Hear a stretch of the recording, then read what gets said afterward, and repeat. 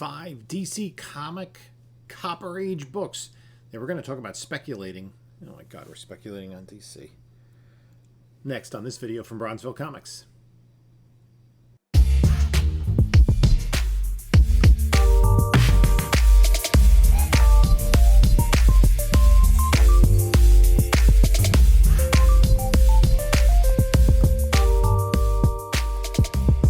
Hey there, comic book community. This is Jim from Bronzeville Comics.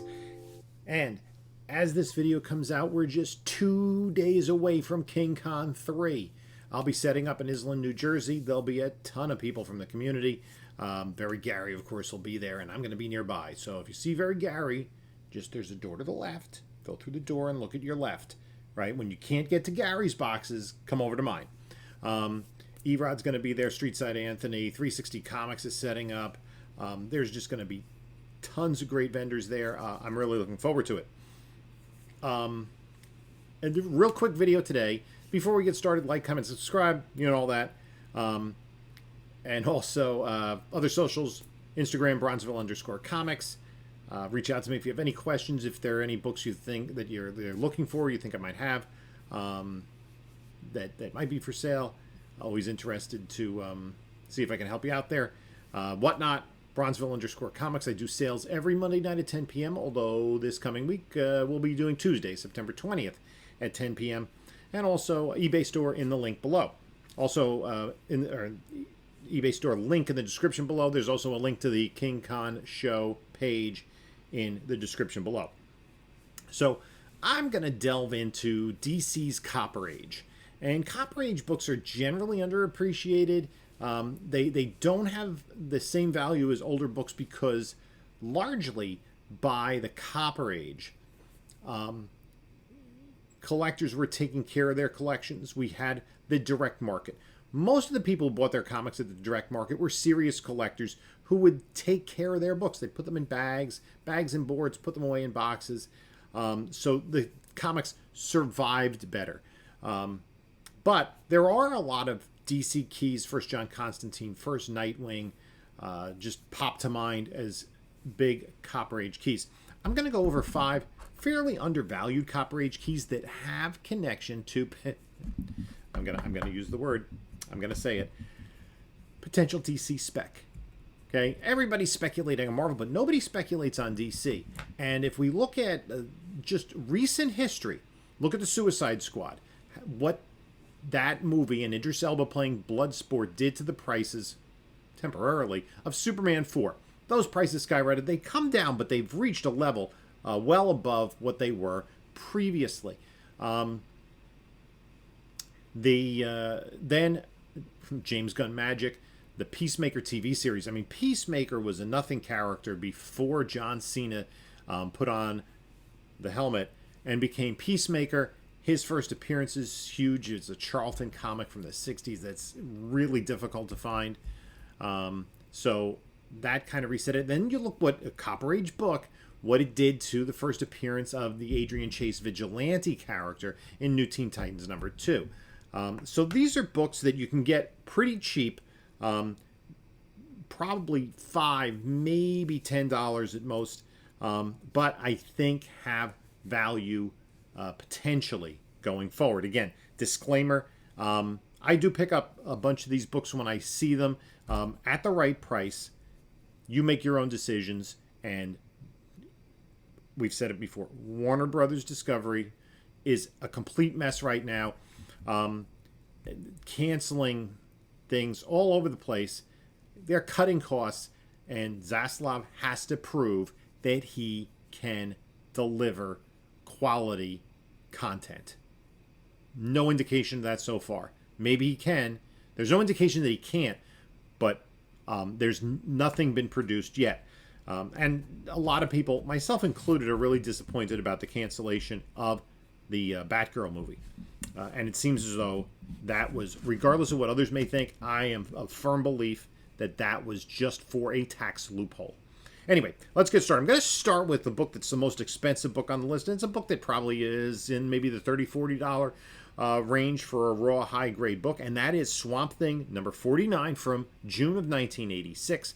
and it is the first cameo appearance of the Justice League Dark. They did have a later appearance in Swamp Thing Annual 2, but what Alan Moore, who was writing the series at the time, did was he collected a lot of the DC mystical characters. Dr. Fate, Phantom Stranger, Deadman, Sandman, Etrigan, I think, was part of that group. And later, that was kind of inspired DC to create the Justice League Dark. We have seen an animated movie, and there have been hints for years. Stories, things in development, getting lost in development hell, so to speak. I guess it would be appropriate for Justice League Dark. But anyway, I think the characters there are characters that on their own aren't household names for the most part. And much like we saw with Suicide Squad and Peacemaker, really elevate some of these characters into the mainstream and take their books from like dollar bin books into something that's worth a little bit more. Next on the list, Justice League number 3 from July of 1987. And this is the first meeting as members of the Justice League of Blue Beetle, Ted Kord, and Booster Gold. Blue Beetle's been around since the 1960s. He was a Charlton property. Booster Gold was created in the early 1980s. And his number 1 has been increasing in value. I think at some point we're going to see those two characters together on the big screen. And this is a book, like, it's about a $3 book. So it's a real easy book to come by. If you see it, pick it up. It's not a big investment. And I think it's a good one. Up next on my list, and this is a book I've been picking up quite a bit, and that's Zatanna Special, number 1, a one-shot, from January of 1987.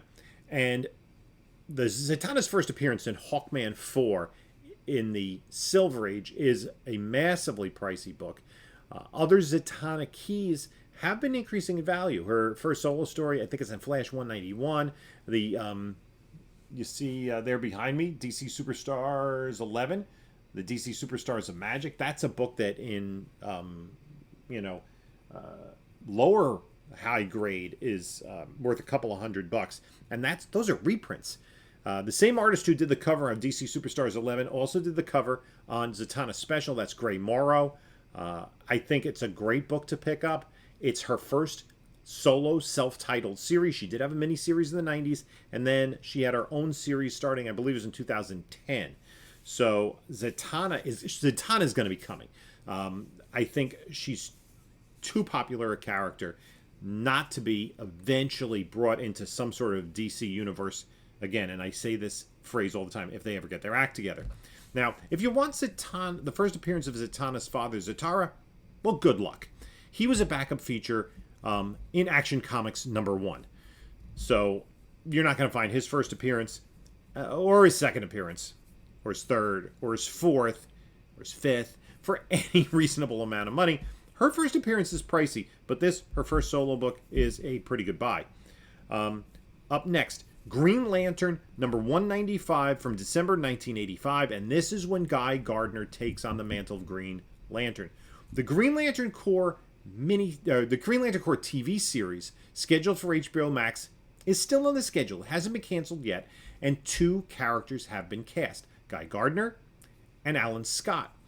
Guy Gardner's first appearance is in Green Lantern 59 from 1968, but it's not really an in-continuity appearance. It's almost like the Jane Foster What If story. Basically, Hal Jordan goes to the Guardians and basically asks, well, what would happen if I wasn't available to be Green Lantern? And they look kind of in like, this kind of green crystal ball to see, well, what would have happened? And the guy that was on the East Coast rather than the West Coast, because Hal Jordan was just closest, we would have gone with this Guy Gardner dude. And they give his backstory. And at the end, within this story in Green Lantern 59, spoiler warning, but it is a book that is 54 years old, so you haven't gotten to it yet. I'll spoil it for you. Came out the same year as Planet of the Apes. I'm not going to spoil that for you, because if you haven't seen Planet of the Apes, rent it, go stream it tonight, please. 1968. Anyway, Guy Gardner dies at the end of the story. But it's a make-believe story, and then Hal Jordan goes and checks on him, and the real Guy Gardner's fine. Flash forward to Green Lantern 87, which is the first appearance of John Stewart. Guy Gardner's laid up, I think with a broken ankle or something, so that's why they have to use John Stewart as the Green Lantern, because Guy's not available, and they're like, that's his second appearance. He has an information page appearance in a DC special, and then his first true appearance is when the Green Lantern series gets rebooted. I think it may be issue 116. I'm not sure off the top of my head. But this is 195 where he does become the Green Lantern, and very shortly joins. This is in 1985, and in 1987 he joins the Justice League. Final book on our list. This is a character that we've seen before, and we know she's coming again. Her first appearance, and that is Amanda Waller. Her first appearance is Legends #1 in November 1986. This is about a $10 book. We know we're going to see her again in Black Adam. We've seen her in Suicide Squad, both versions. She's played by Viola Davis, one of the finest actors working today. And I truly believe, if DC ever gets their act together, that if anybody with a brain is like kind of put Amanda Waller as almost the dark version of the Nick Fury from the MCU. Have her be the connective tissue on the bad side. And I think we could see her, as we already are starting to, in multiple film properties. This is her first appearance. She's an integral part of DC from this moment forward. She was an integral part of the Justice League Unlimited animated series, and I can see, her role growing as we go forward. And unfortunately, DC keys are exceedingly undervalued, and that's why I buy them, because they're cheaper. And I have a wing and a prayer that someday they'll get their act together and the books will be of greater value. So that's just 5 quick books, Copper Age books from DC, that if you see for cheap, grab them. The Swamp Thing's probably the most expensive book. It's in the $30, $40 range. Probably the Legends #1, because it is the #1 John Byrne cover. If you can get that for under $10, that's a good buy. The other books you're going to find in dollar bins, guarantee you. So anyway, let me know what you think of this list. Let me know what other books that you might be hunting from DC, or are you all Marvel heads? Okay, I know there's some DC fans out there like me. I enjoy Marvel as well. You can like both, right? You can like vanilla and you can like chocolate. It's okay. But at any rate, let me know what you think about those. Leave your comments down below, and take a look at a couple other videos here. And this is Jim saying until next time, enjoy your comics.